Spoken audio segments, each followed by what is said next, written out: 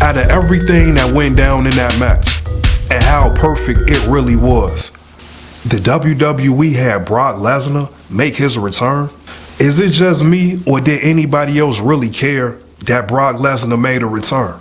And then even when Brock Lesnar makes the return, he comes out to the stage looking like an Amish cowboy.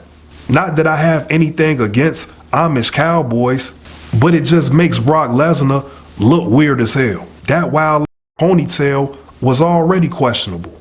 But now this entire ensemble is just getting out of hand. This is not taking anything away from Brock Lesnar. We all know what he's accomplished. We all know what he's capable of. But even with all of the accolades and the accomplishments, I just wasn't excited to see Brock Lesnar. It just didn't do anything for me. And the WWE really could have kept that.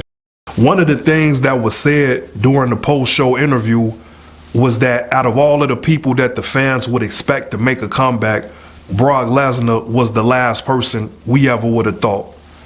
And that's true. And it's also for good reason. It's because when it comes to Brock Lesnar in 2025, we don't care. That ship has sailed. And I'm a fan of Brock Lesnar. So this is not Bill Goldberg territory, but it's not that far from it. One of the complexities about the Brock Lesnar situation is that he's too much of a monster. And as weird as that might sound, it's not believable that anybody in the WWE could actually beat a Brock Lesnar. There's nobody on that roster that even poses that type of threat to an athlete like Brock Lesnar. So Brock Lesnar's entire existence within the WWE is null and void because it's not believable for anybody to get a win over Brock Lesnar. Braun Strowman was just released from the WWE. And this is a man that's competed in several strongman competitions. And he's not exactly a regular sized human being. And I think Brock Lesnar could whoop his. And we saw a little bit of that when these two guys competed in the match. And Braun Strowman was being a little bit overzealous in the ring. Brock Lesnar punched the shit out of Braun Strowman. And we all saw Braun Strowman stumble around the ring momentarily. And just in case I didn't get the point across the first time, Braun Strowman is bigger than Brock Lesnar. And as wrestling fans, we all sat there and saw that Brock Lesnar could have knocked Braun Strowman out. So that goes without saying that that's more than impressive when it comes to the strength and the power of Brock Lesnar. We talking about a man who went from professional wrestling to the UFC, and he was just as dominant in that sport. There's nobody on the WWE roster that poses a credible challenge to Brock Lesnar, even John Cena.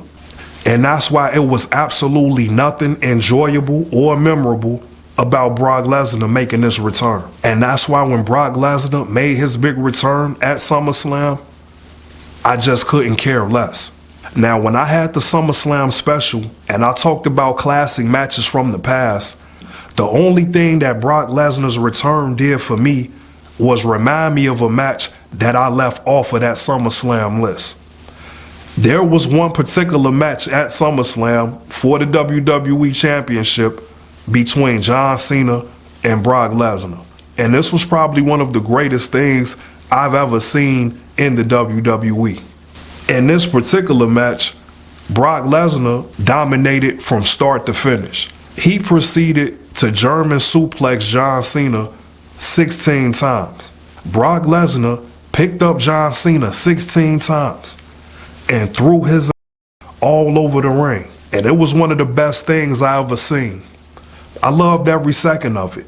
What made it even more special for me was when you heard one little kid in the crowd throughout the entire match saying, "Let's go Cena," trying to encourage John Cena. And somehow this is all you heard minute after minute was "Let's go Cena" from this one little kid. And I guess this just means that I'm a up person, because that was the icing on the cake in that match. And it's just one of my favorite moments in SummerSlam history. And I don't know how I forgot about this match when I put together the SummerSlam special. Or maybe I know exactly why I didn't remember this match, because it ties into our whole point of today's conversation. Even though it was a great moment, it was also an unexpected moment. And that's the most important reason why that was a memorable match.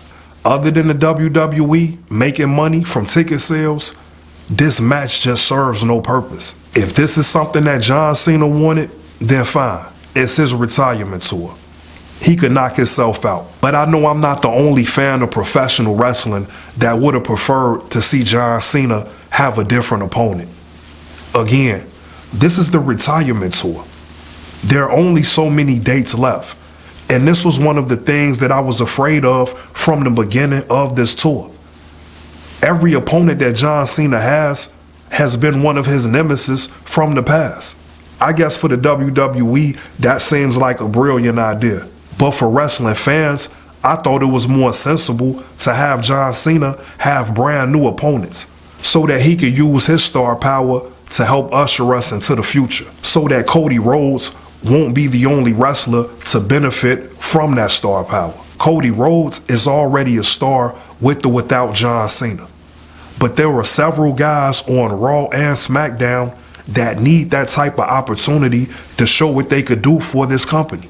I always had this suspicion that the reason the WWE doesn't like to put any wrestler against their superstars is the fear that some wrestlers might get too popular and eventually leave the WWE. Now, that's just a theory of mine.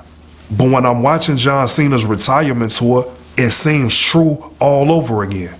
Who knows if the WWE is going to have this type of viewership once John Cena retires? So why wouldn't you take full advantage of his presence while he's actively competing? So as much as the WWE think that it hit a home run with Brock Lesnar's return, imagine if you would have made a superstar that night by having a brand new opponent for John Cena come into the ring to challenge him after the SummerSlam main event. What are the big ideas and the big plans for Brock Lesnar moving forward? Because if the WWE is going to use Brock Lesnar to help build up young talent, which I highly doubt, why are you not taking advantage with John Cena?